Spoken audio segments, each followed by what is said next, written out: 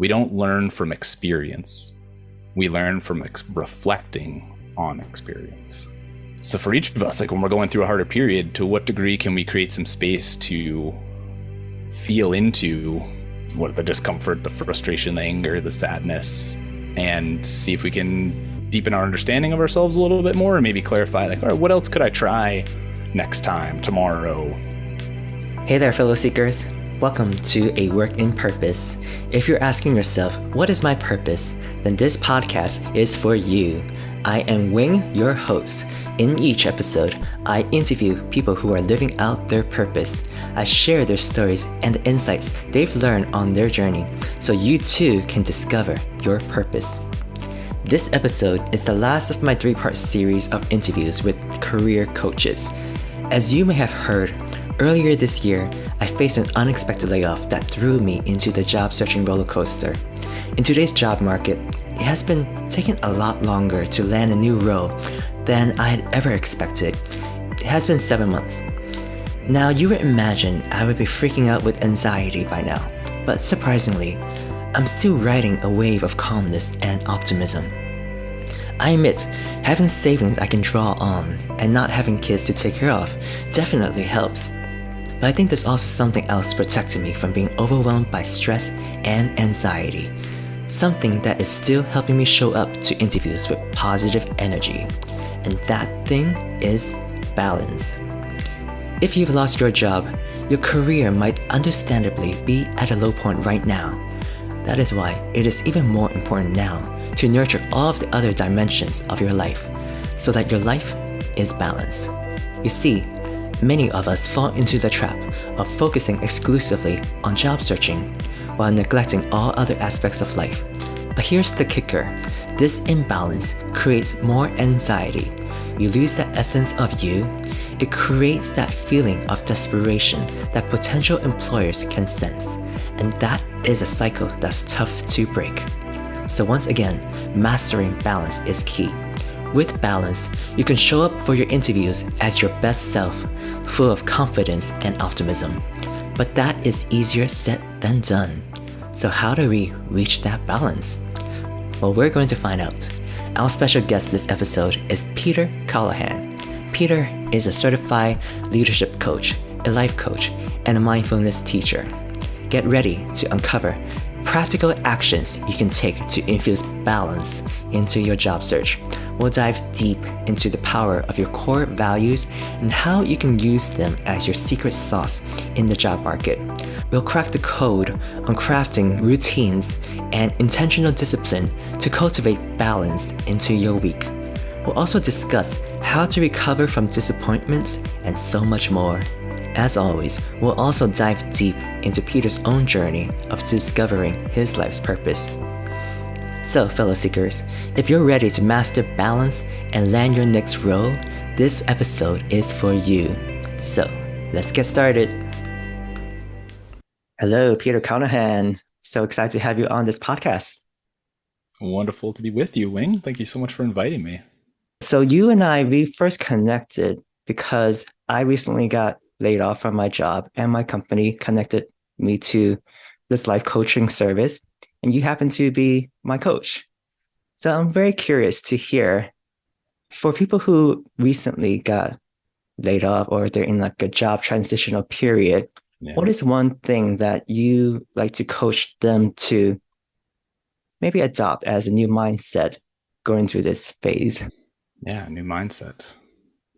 I mean, immediately, Wing, I want to flip the question to you because you're the one in it right now. So my mind as a coach, I love the, what, and this, maybe this is part of my approach, is what word, I love to ask, like, what words do you find resonant or meaningful? Like what, and that's why I love values as a potential doorway, because I'll give this list of values. I think you went through it as well, right? This sheet of different words that are values, like friendship, autonomy, family, purpose could be one of them.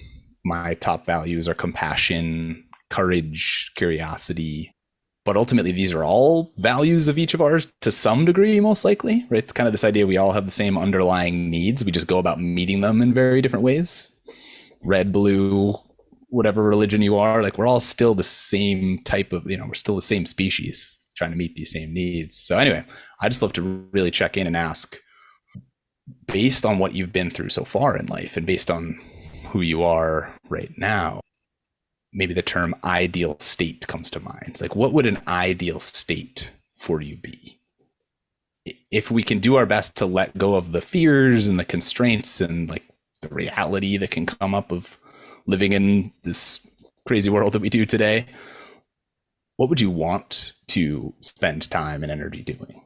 And you can say, I just deposited $1 billion into your bank account. And for most people, and you got to spend a lot of time with the people you care most about and see everywhere in the world that you want to. So we'll check those things off the list. Now, how do you want to spend some of your energy and time? Like what do you care about? What feels important?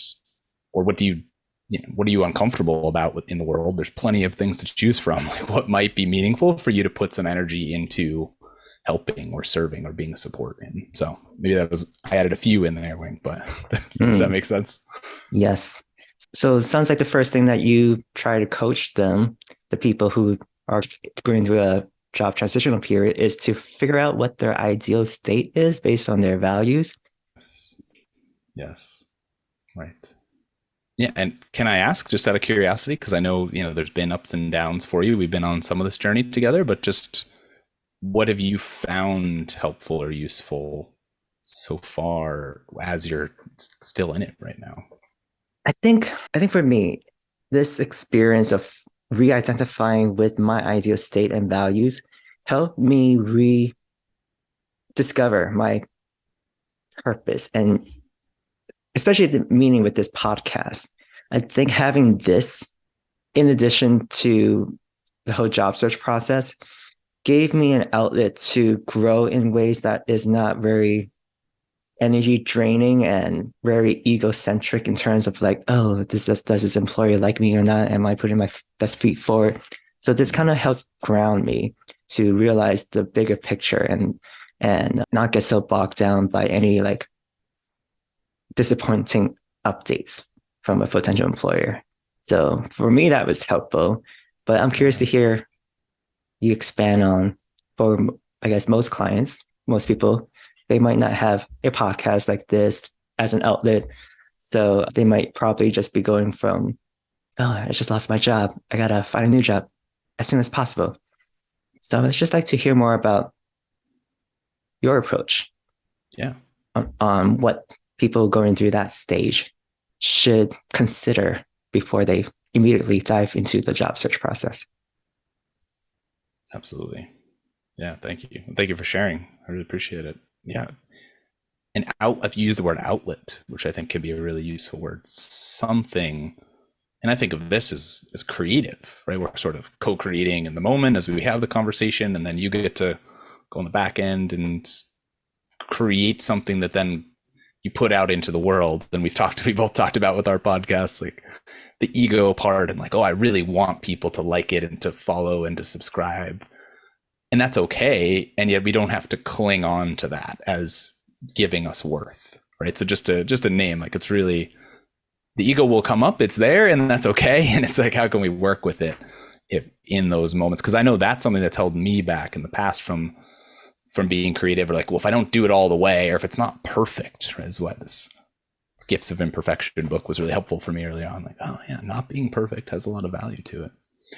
But for those, and I'm honestly thinking of all those who are really uncomfortable in their current job, let alone all those who are unemployed, but to any degree, when you're just feeling fairly clear that you are not in a place with an organization, a group of people who are helping you even explore or move toward your purpose or use your gifts, right? Just do things that you really enjoy, that you can feel or see the positive impact on others through. I think of like every job on earth exists to help someone else, right?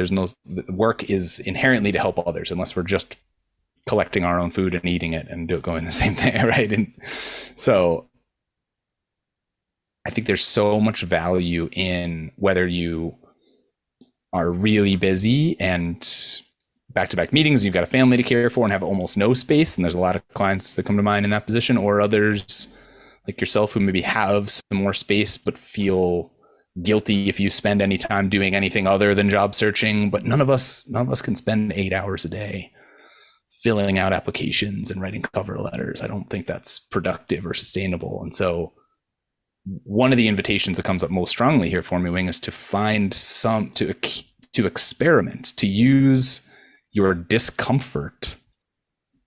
You know, if there isn't real inspiration or clarity on like, well, here's how I really want to be spending my time, there are so many things that you've thought of or that you've heard about or heard that others do, or maybe had little glimpses of experiences in, that may really help to clarify a little bit more. Again, I keep coming back to these questions of who am I and what do I want? How do I want to relate to this world? And how do I want to spend my time? And there are lots of little things that each of us can do. So, I mean, the short list that comes to my mind, often like getting out into nature, right? Moving our bodies in some way, whether it's with others or by ourselves, going out hiking, joining a pickleball league or, you know, ping pong or something, anything, like just kind of doing something to move your body and or connect with other people in community or nature, as well as, you know, some of the basics to me, you know, of course, like sleep, diet, and exercise are essential to give us the resources to then have more energy to do these things. And along with that, I think for me, stretching, whether it's yoga or just literally just stretching my body, I do it many times a day. There's a lot of great habit research out there that helps me, but spending time reflecting and slowing down and checking in. I heard this phrase recently that I really love. We don't learn from experience.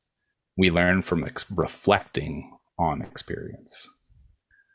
So taking that time, as you and I were talking before we kind of start rolling today, of just, so for each of us, like when we're going through a harder period, to what degree can we create some space to feel into what the discomfort, the frustration, the anger, the sadness, and see if we can deepen our understanding of ourselves a little bit more, and maybe clarify like, all right, what else could I try next time, tomorrow, in this situation, right? Doing the same thing, getting the same results is inevitable to some degree. So anyway, yeah, that's what comes to mind. So it sounds like after going through something unexpected, like a job loss, or feeling dissatisfied with one's job, it's important to feel a connection with your body and what you're feeling.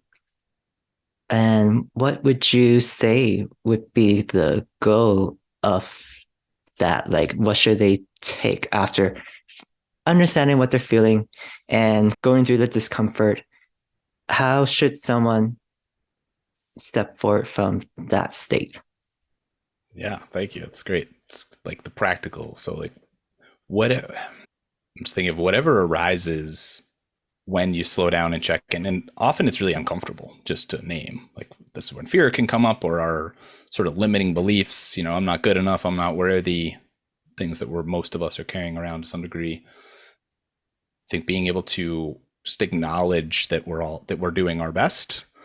And my hope is, in my experience, is that along with those challenging thoughts and emotions can also come some more generative or creative ideas. Like, all right, yeah, you know, and this is where I love coaching, is sort of adding questions along with this process, or, you know, even a great meditation instructor will add some of this in of like, here's some ways to think about this. So some of the questions I love to ask are like, if you were locked over, you know, I asked the question earlier, I guess, if you had $1 billion deposited in your bank account, that's one of them. Another one could be if you were locked in the nonfiction section of a library overnight and you just weren't going to get out till the next day or Monday morning. You had enough food, but it's a nonfiction. You got to read something. Like, what would you pick up of all the books? Like, what slightly interests you? Or are you curious about?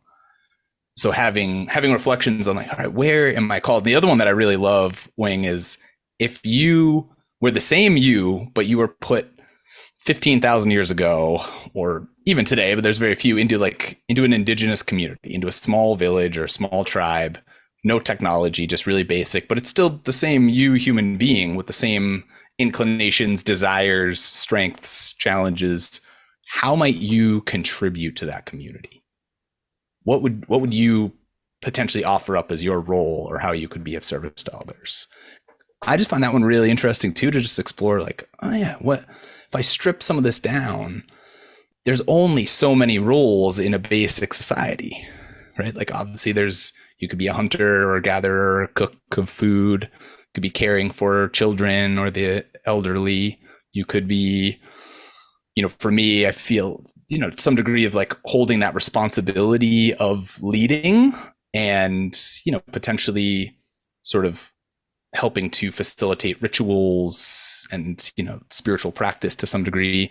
I'm not the best storyteller, so I think a lot of people feel, a lot of artists feel really drawn to storytelling, or art in general is another huge service to a community. So it's like trying to think through some of those things, and along with clarifying some of your values and the words you really resonate with, and maybe some of the more practical strengths that you have in today's society, like trying to combine all those things to say, all right, where do I feel interested in experimenting? And I'm really big on, please don't quit and go get a master's degree in something because you have a hunch, right? Like that is way too far. You can spend 30 minutes researching online other, some interest that you have or community, but like carving out some tiny intentional time to take a step forward, to research a little bit, to go volunteer for a little while, like to just put yourself into a new situation so that you can gather more data, collect more information, see how you relate to what's happening, and then use that to inform your next step.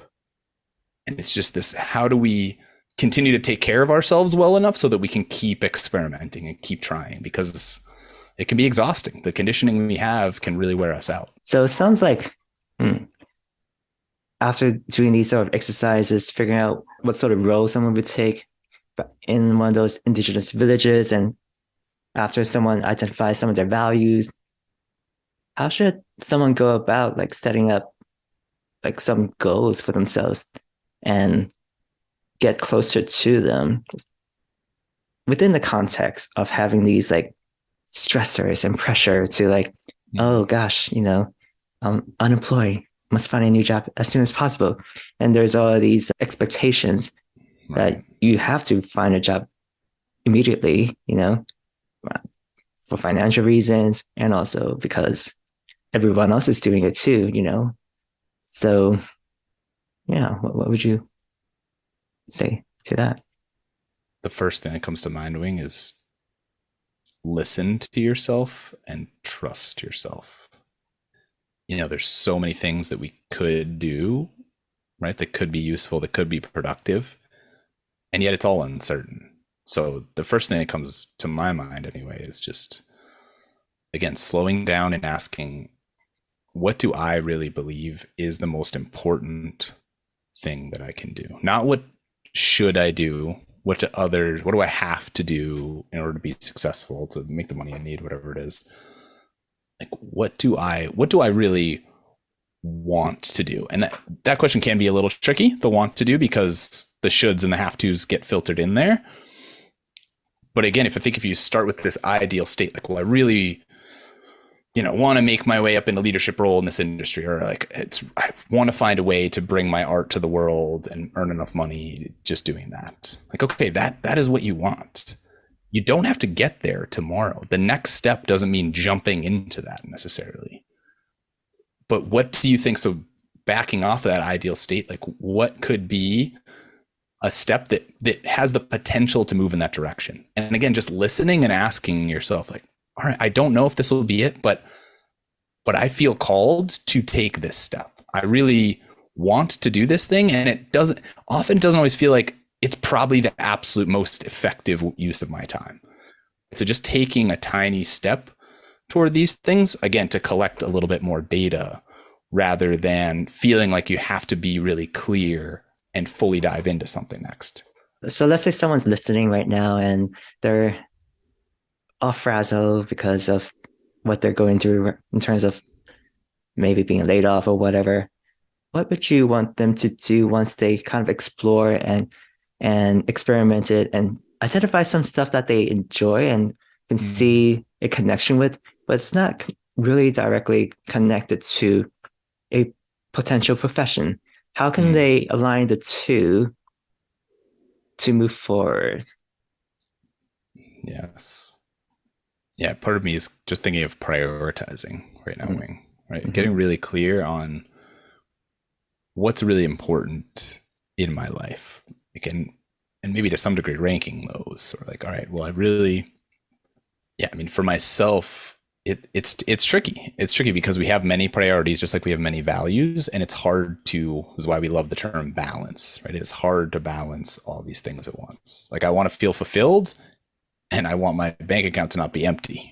Right? So we're trying to feel into both of those, and so getting really practical to me, our calendars can be a wonderful tool, and I know a lot of us have different resistance to it, or we put things on there and then just totally ignore it. So there's some degree here of, all right, I'm able to write down and see like what's important to me. Like, I want to be earning at least this much money right now, like maybe having a minimum for yourself, right? So whether I do that part-time or full-time, like I need to be bringing in some revenue for me to feel safe and secure enough to be able to have any energy or creativity, right, to explore else in the world. So having that really clear, and there's so many ways in which we can do that, whether it's getting a full-time job or creating some other revenue stream. It's not easy to do, but having some amount of structure in our day, right? So if we don't have a job right now, I think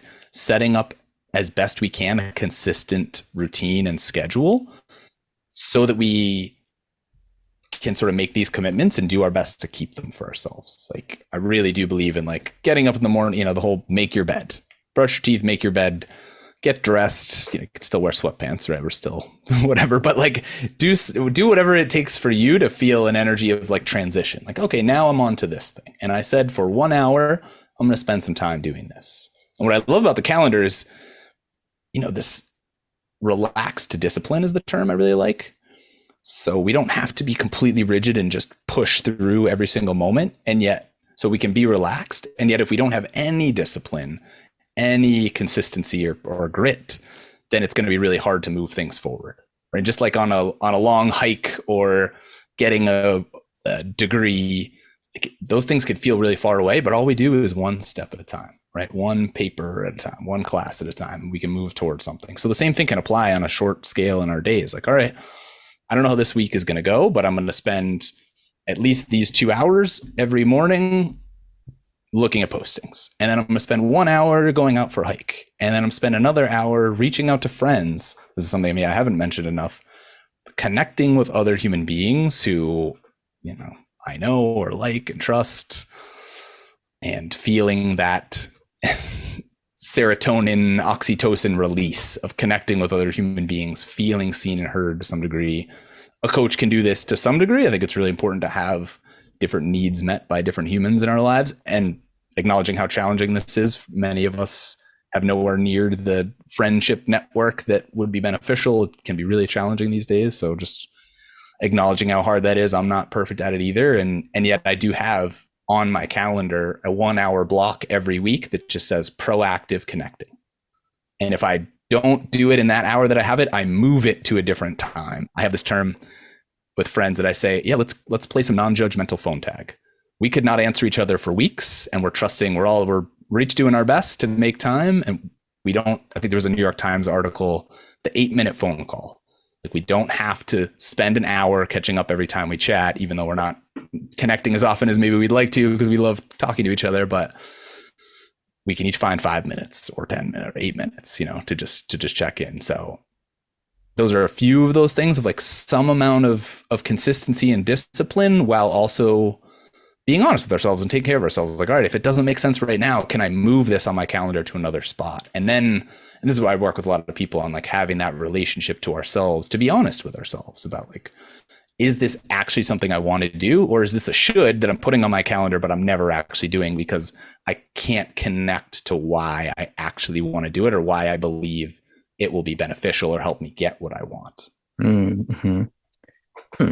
So it sounds like what I'm hearing is it's important to have balance with our days and weeks, because I could imagine, the whole job search process is very draining, and you've identified that it's important to have these activities, experiences that nurtures you and fills your bucket, and also prioritize them throughout the week, as well as the friendships and connections. So it sounds like, hmm, I can imagine that many people take a lopsided approach and focus 90% of their energy and time on just the job search. And then it creates a energy that doesn't really, I don't know, creates some sort of like desperation energy and it backfire ultimately in terms of Yeah. finding a job. How does that sound? Would you like to expand on that? Yeah, accurate. Accurate. I'm picturing sort of I don't know the terms positive and negative, but like a negative feedback loop, right? Where it's Mm, like we're exhausted, we push through, we spend a bunch of time on this stuff. It's not quite that, you know, abundant generative energy that we want to, like we're not being as creative as we could be, so the cover letter is not as good, or we're just kind of phoning it in. And so yeah, and then we're exhausted, we stay up late, don't get enough sleep, and then it kind of spirals on the next day. So yeah, totally. And this is where I love, as opposed to balance, I meant to say this earlier, so we use this work-life balance term, and I just love to acknowledge balance is a fleeting moment. Right? Like use whatever analogy you want, like a plane from New York to Boston or from New York to LA has this perfect line of a flight path that it's supposed to be on, but it's only on that exact line 1 to 2% of the time. 98% of the time the airplane is somewhere, the autopilot is not keeping it perfectly on that line. But what it's doing is it's checking in. Like, all right, how close am I? Where am I? What do I need to adjust or tweak? I don't need to yank myself over. It's not essential, but where is that spot of balance? So I really love the term harmony. So work life harmony. So that things are going to ebb and flow. I kind of like will put my fingers together in like this waving motion. Like instead of holding things exactly equal, we're ebbing and flowing and harmonizing. And like I was talking about earlier, these different priorities. Like, all right, right now, and there's a great tool on the website Numi. So I've got a coaching profile on there, but there's just a free Wheel of Life, it's called. So if you just look up Numi.com and or Google Wheel of Life Numi, it'll come up and it's free. And I do this every month for myself. And it has sort of these 8 categories. They're not all encompassing, but sort of family, financial, fun, spiritual, relationships. And you can rank 1 to 10 how you feel like you're doing in each of those. So for me, it's a great way to check in each month. All right, how's each bucket doing? I've never put a 10. I don't know if I put a 10 for any of them, just because I'm not a 10 person. Like, there's always a little room for improvement, but it changes, right? It ebbs and flows, and that is just an external marker for me to check in. Like, oh, okay, yeah, friendship can be my most challenging one personally. So it's like, yeah, friendship's still a little low, and that's where I've put this time on my calendar, and that helps bump it up a little bit. And maybe I'll actually like set up a time for a couple friends to come over or go meet up with someone. I've just had my second child, so I do play dates now, which can actually be really helpful. It's very challenging, but it can be a helpful sort of excuse to like, all right, let's get our kids together. So, there's so many ways in which you can check in and try and harmonize the priorities without needing them to all be in perfect balance every time, because that will never happen anyway. So new me. That sounds amazing. And I love those sort of bucket circles and gauging where you're at. I've never heard of that one, so I'm gonna have to check that out. On that note, I want to talk to you more about mindfulness and how and why it's important to be mindful and how to be mindful, especially during the context of something going through a challenging process of going through a job transition. yes, yeah, the importance of mindfulness. I feel called first, Wing, to speak to some of the myths of mindfulness. Probably the most harmful one that I hear so often. And I started meditating in my mid-20s, so somewhere around 10 years ago, and actually spent 4 years as a director at a nonprofit here in Connecticut called Copper Beach Institute, where we kind of were a nonprofit retreat center where people could come meditate, and we did the 8-week mindfulness-based stress reduction course. I actually helped to create and disseminate this wonderful mindful leadership program. So I've spent a lot of time in this world, and this idea that you need to be able to stop your thoughts, that in order to enjoy meditating, you should be able to sit down and quiet your mind and just sit in this blissful silence. I'm not sure that's ever happened to me in 10 years of meditating. So I really just want to call out that, like, from my perspective, that is the worst PR the meditation is getting. And Dan Harris, in his 10% Happier book and podcast and brand, does an amazing job of speaking to this for other fidgety skeptics, is what he says, or frosty New Englanders, as I also identify as. But so to be able to recognize, like, as I was speaking to before, there is just, and research has shown this, and just about every ancient culture and indigenous culture that I've heard about or read about has found their own form of this slowing down and checking in and, like, moving inward to understand, just to connect with our bodies, which are, as we were speaking to before, part of nature, and just to listen and trust those more than this computer that we walk around with and sort of lead from in our culture. There's actually this really cool quote from Einstein that where the smartest quote unquote man alive speaks to our intuitive knowledge, our intuitive.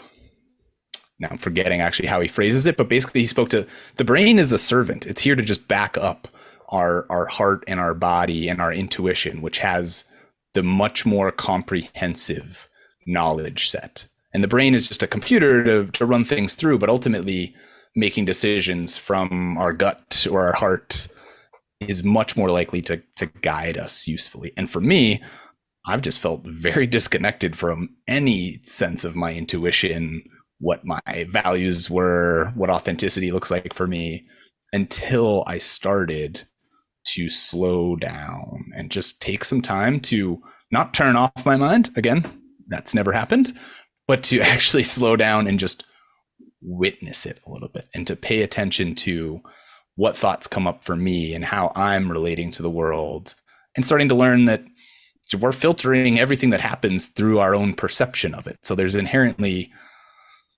a subjectivity to everything that's occurring. And so the more clarity that I can bring to my sort of like, oh, so this person said this thing to me, that was a really mean thing to say.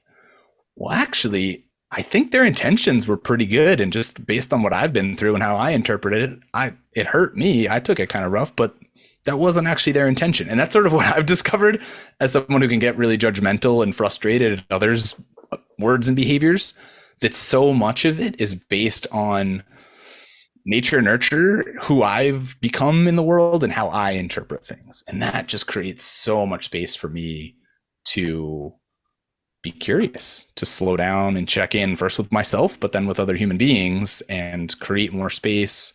And I still have a long way to go, just to acknowledge I'm not speaking of this like I have accomplished this now. No, it's a long way, but I've found it like when I come back to ROI, the return on investment of time spent, when I'm not sure, and maybe thinking of these days being unemployed, when I don't know what to do, or I'm not sure the best way to spend my time or this next hour, I will often just sit and slow down, try and pay attention to my breath for a minute, feel my body, and try and listen to, all right, where do I feel called right now? What might be the best use of my time? Not based on thinking, but more feeling.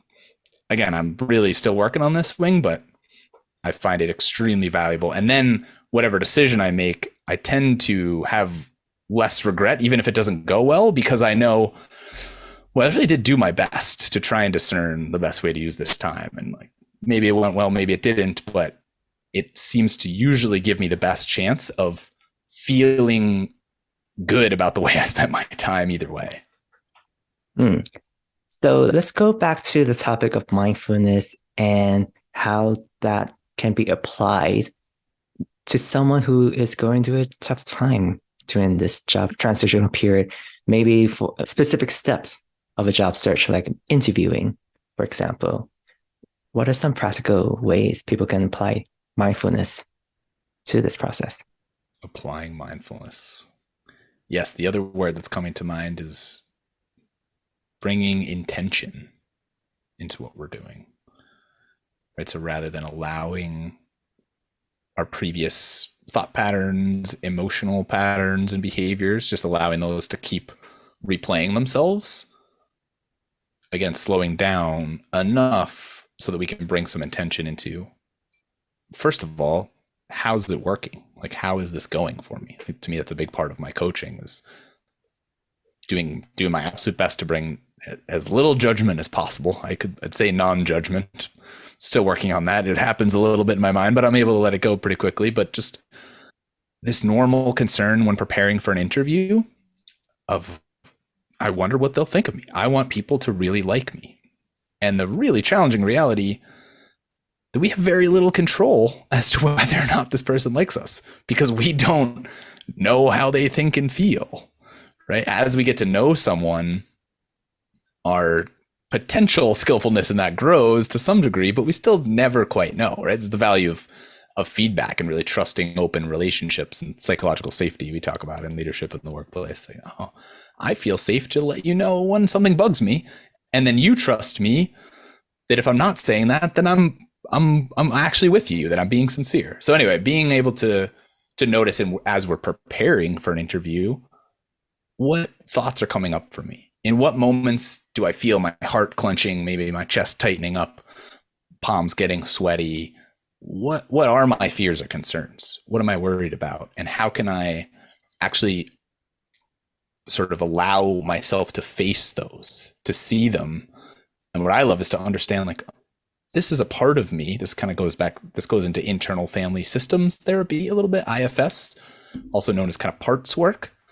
But recognizing that most fears and concerns that come up for us are there for a really good reason. There is some point in life that something happened, and for instance, an interview, like we're up in front of class, maybe when we're young, saying something, and someone says, "You're an idiot," or "That was really stupid," or, you know, we have this moment of, oh wow, like I need to be really careful not to do that because that didn't feel good for me.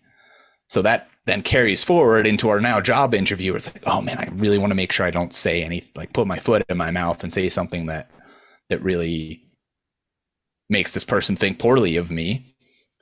And yet we can't really know. I mean, we can know what professional and unprofessional is to some degree, but we can't be certain about those things.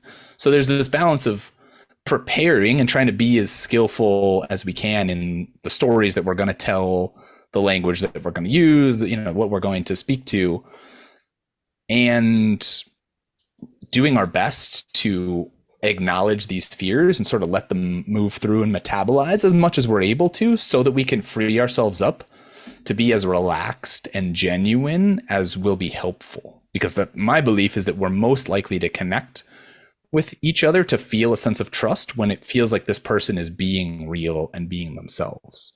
And, you know, Brene Brown's been out there teaching us the power of vulnerability for a long time now, right? So feeling into that. And she doesn't say just wear your heart on your sleeve and tell these people about all your inner wounds and childhood challenges, but being able to acknowledge, I don't have all the answers and I'm not perfect, and yet I don't give up.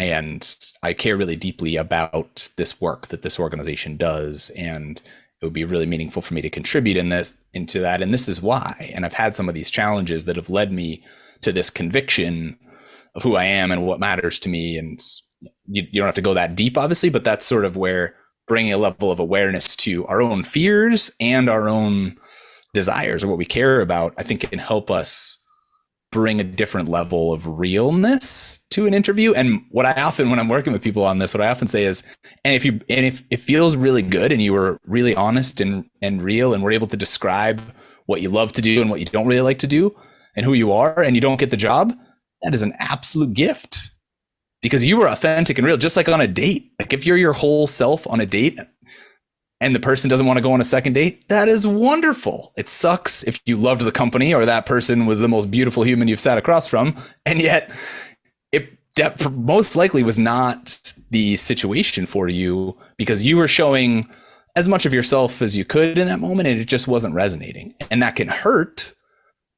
And yet we're not going to be liked by everyone. Not every organization is going to be a great fit for us. And the more real we could be about that, the sooner we can get that data, the more free we are to pursue what might be in more alignment and feel better. Does that make sense?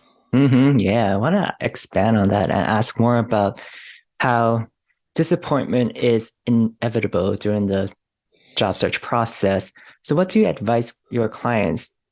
How should they handle disappointment and what to do with them?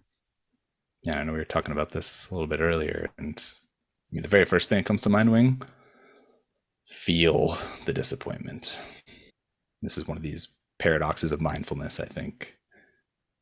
Just the value of allowing ourselves to be uncomfortable.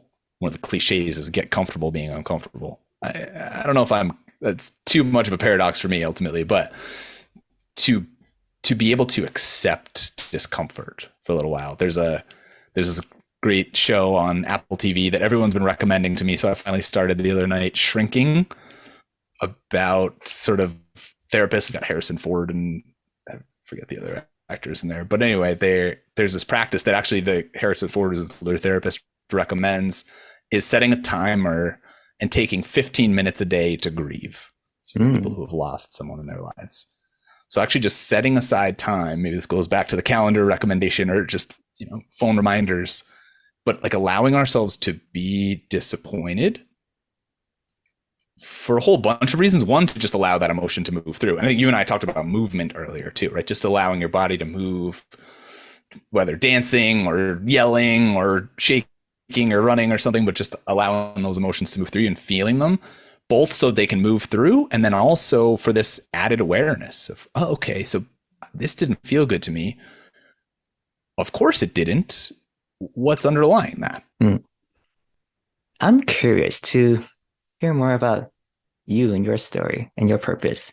But first, I want to ask you, how would you define purpose and what would you say your purpose is right now? I mean, on a fundamental level, I think my first answer is something along the lines of reason to keep going at all. And one of these existential questions or philosophical questions is like, sorry to be dark, folks, but why not kill myself? Like, this is really hard to be alive. It is challenging to get out of, put my feet on the ground in the morning and get out of bed and put my clothes on sometimes and like keep moving. And we all have different levels of, challenge with that on different days. Why continue on at all? Like, what feels meaningful? And this idea of there may not be objective meaning, there might not be a purpose to life, that we're subjectively creating meaning in our own lives. And that just generally fascinates me. I don't have an answer to any of these things, but I find it really valuable. The cleanest answer that I've come across so far that really resonates with me is the purpose of what gives meaning, I will say, is giving love and receiving love. Being in this cycle of life and just offering and receiving in whatever ways do the least harm possible, or, that we're able to. So that's my like big large answer to the question. And for me, I've really struggled with what is my purpose? What am I meant to do? I went to business school and didn't know what the heck I wanted to do. And through all this reading that I've done and hiring a coach, and I've been through lots of different trainings and just invested as much time as I can to explore these questions for myself. And gratefully, it's really clarified for me over the last couple of years. I love to couch this in, this is the statement that comes to my mind right now, and I am always open to it evolving and changing. I'm not attached to this being my purpose for the rest of my life, but right now, I articulate my purpose as bringing more love into leadership. And I've defined leadership really broadly in many ways. Specifically, I do love doing this work with folks who are leading groups of people formally or informally and are holding that responsibility of leadership to care for these other humans and help to coordinate and collaborate different people's actions. But on that note, leading can also just be any action we take, because anything we do, we're showing ourselves and those around us what's important to us. So any action we take is in some way leading, or just showing might be another way to put it. But ultimately, I just find our world is quite void of empathy and kindness and leading, like starting with, I see you, you matter. On some level, there's a spectrum. Some people matter to us more than others, but like, you are worthy of love as a fellow living being, and I've got your back. I'm here for you, again, to some degree. So the more of that we can have in the world, the better. And I just feel really called to have often the courageous like the brave conversations, and invite healthy conflict so that we can allow for ruptures in the world to occur and make the space to repair them, and have the courage to turn conflict into connection. So bringing more love to those who are leaders. Is that the phrase you use? Yeah, just bringing more love into leadership, to keep it nice and broad. Yeah. So you've discovered that is your current purpose, like a few years ago. Were you coaching already? Like, how did you land on, yeah, that resonates as my purpose right now? Yeah, so I've had my coaching practice in my 9th year, technically right now, so going on 10. And so yeah, that really has only crystallized in those words over the last couple of years. I've just been really interested in, obviously, my own healing and growth, but also so much of the learning that I've done has sort of shown me how important leadership is. And I guess for me, I've just felt a void of leadership in my life. Like, I haven't had many formal or informal leaders or mentors or people who I've met who I can really look up to and want to emulate. Like, speaking of Wing, I've always wanted some sage elder to like take me under their wing and see me fully. Oh, Peter, you have so much potential. Let me guide you in unlocking your potential and being the best you could be. That human has not appeared in my life. They've come in many tiny forms, and I've had small experiences, but I feel like I've learned a lot more from many leaders who I know I do not want to emulate, and have shown me quite the opposite of what I think is a harmonious, collaborative, caring approach to, again, like coordinating many humans' actions, right? Which is any company, organization, whatever, a group of people, even family.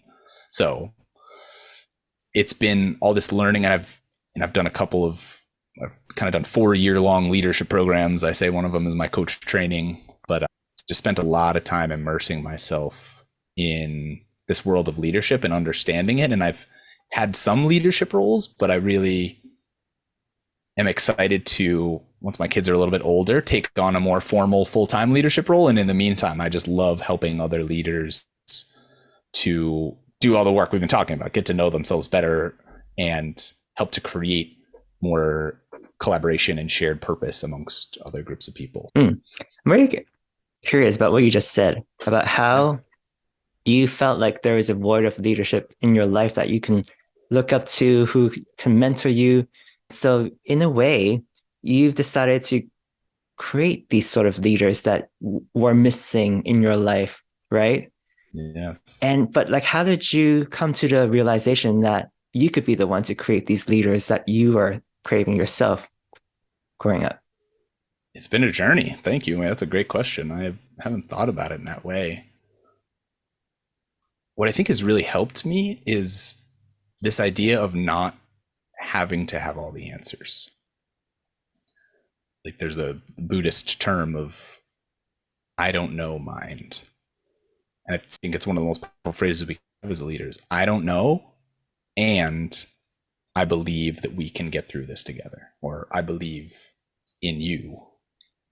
So I think as I've done all this work on myself and learning and growing, educating myself, I've come to believe that humility and vulnerability and curiosity, just openness to not knowing, is actually the greatest superpower, one of the greatest superpowers that we can bring to this process. And so I don't have to know what a perfect leader is. I don't think they exist, but I can trust that what I do trust and believe is that the more we bring self-compassion to ourselves, it's part of what I've been talking about, trusting that we're doing our best, everyone around us is doing their best.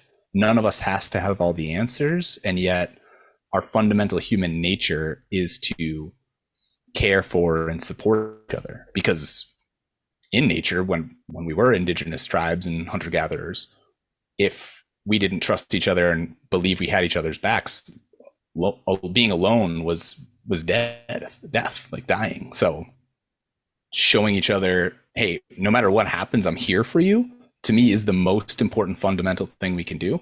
To a degree, now you still need to perform and do the work that you've been assigned, but if you're not, I'm first going to come to you and ask, well, what's going on?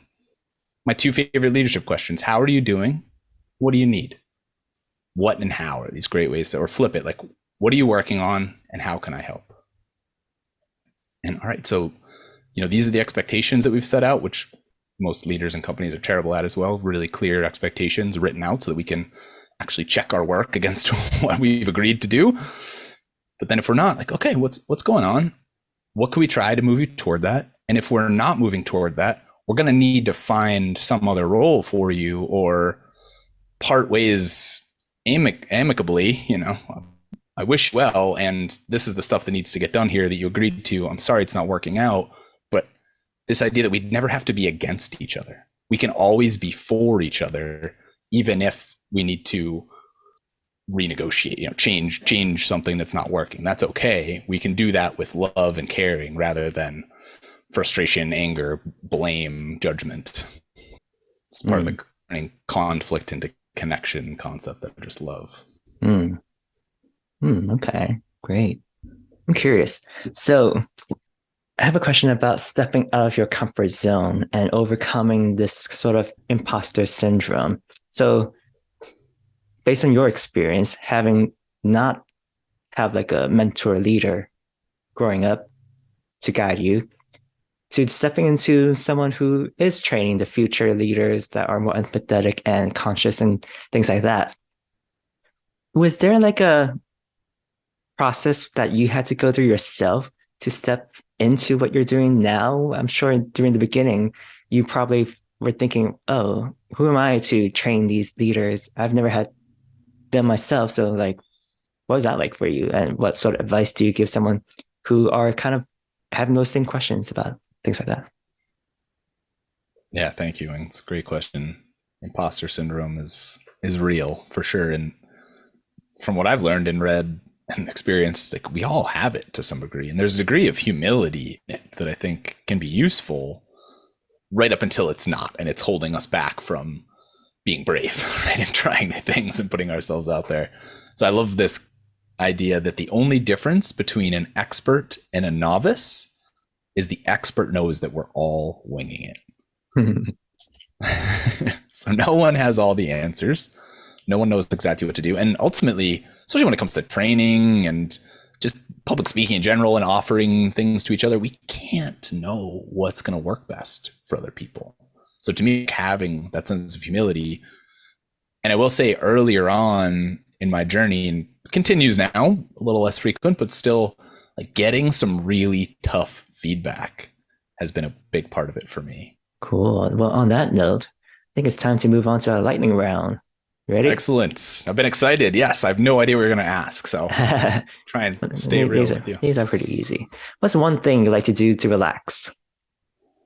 Like to do to relax? I think I've mentioned some of them, but I mean, really hiking and going in the woods is my favorite way to relax. Just being out in nature, I find to be the most freeing and relaxing activity, either by myself or with friends or family. What is one thing you like to do for fun? For fun. Well, I'm actually working on getting my pilot's license right now. So flying an airplane, I find to be particularly fun. Well, yeah, I bet. What is one thing that makes you enthusiastic? Conversations like this pretty much, Wing, or what does it for me of just, I just love when, like, hearing other people like yourself who are open to this kind of conversation. Like, it gives me so much hope and enthusiasm when people are willing to be vulnerable and real and share their imperfections and share their vision and hope for the world. So that's these conversations, the more you could probably tell I'm not short on enthusiasm. So, but these probably do it for me the best. Awesome. What is one habit you always do for a great day? Yes.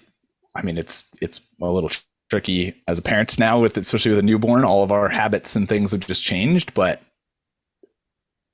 waking up in the morning and meditating is by far the most useful habit that I have. And it took a long time for me to develop it. Love that. What is one habit you are working on? Yes, habit I am working on. It's a great question. I'm actually it's my 8th year of adding a new habit to my life for the year. And so right now, the habit and actually last year I started typing as one of so learning to type without looking. It didn't go as well as I was hoping, but that was one of them as well. What is the most important lesson you've ever learned? What's the first thing that comes to mind? First thing that comes to mind. I mean, love yourself. That's the first thing that comes to mind. It's like just this initial piece of like, yeah. And I'm still a long way from it, to be honest, but that's, to me, like, if we can bring love to ourselves, then we can, radiate that love back out into the world. So that's one of the habits that I'm still working on. Yeah, that's a big lesson. What's the book that changed your life? Probably the one that had the biggest influence that really sent me on this journey was The 7 Habits of Highly Effective People by Stephen Covey. 7 Habits really set me on this path because it laid out some of this personal development, some of these concepts in a way that was really relatable to me early on in my journey, as opposed to being sort of esoteric and spiritual. So that and The 4 Agreements are probably the 2 books that I recommend to people kind of starting off. Yeah, great books. If you're not doing what you're doing today, what would you be doing? I mean, it's like a CEO is what my ego wants, right? So like, I just want to be running some large company. The more I've learned about leadership, though, it's like, that's my ego wants to do that for some huge company. But there's a lot of me that doesn't want that pressure and responsibility as well. So, well, you get to apply all the leadership stuff you're learning as the CEO of this company you're running. So, and show how it should be done. Could be, right. So how would you describe your ideal life? Yeah, I mean, I do this visualization with clients a lot, and I don't know if you asked it to me recently, but I've done it recently. I mean, I love even ideal day, like ideal day of like waking up naturally and peacefully with sunshine coming through the windows, like nice scents in the air with my family all around, and just, I mean, I'm living as much of it as I have been able to create so far, Wing, of just really having the spaciousness to connect with the people around me as I move throughout my days and getting to use my time in ways that feel meaningful. Lovely. Thank you for sharing that. Are there any last requests we'd like our listeners to do? Do less. Do less. Do less. I like that. Thank you. Where can people find you, Peter? Oh, thank you, Wing. Yeah. So I've got a website. It's just Fresh Perspective. If you just Google Fresh Perspectives Connecticut, I think is best to find me. It's freshperspectivesct.org, technically, or fp-ct.org. You can also just Google Peter Callahan. There's some other caterer and a few others, but Peter Callahan and coaching, and my LinkedIn and website will probably come up. And I am just getting my own podcast started, the Fresh Perspectives podcast. So that will be launching in the coming months. Yes, that's so exciting. I will be sure to include your website and other links into the show notes so you can go through them to find Peter Callahan. So thank you so much for being a part of a Work in Purpose podcast and sharing all your insights and stories. That was amazing. Thank you so much. Thank you. It's been an honor. Thank you all for listening. If you enjoyed this conversation with Peter, you should all go check out his new podcast, Fresh Perspectives.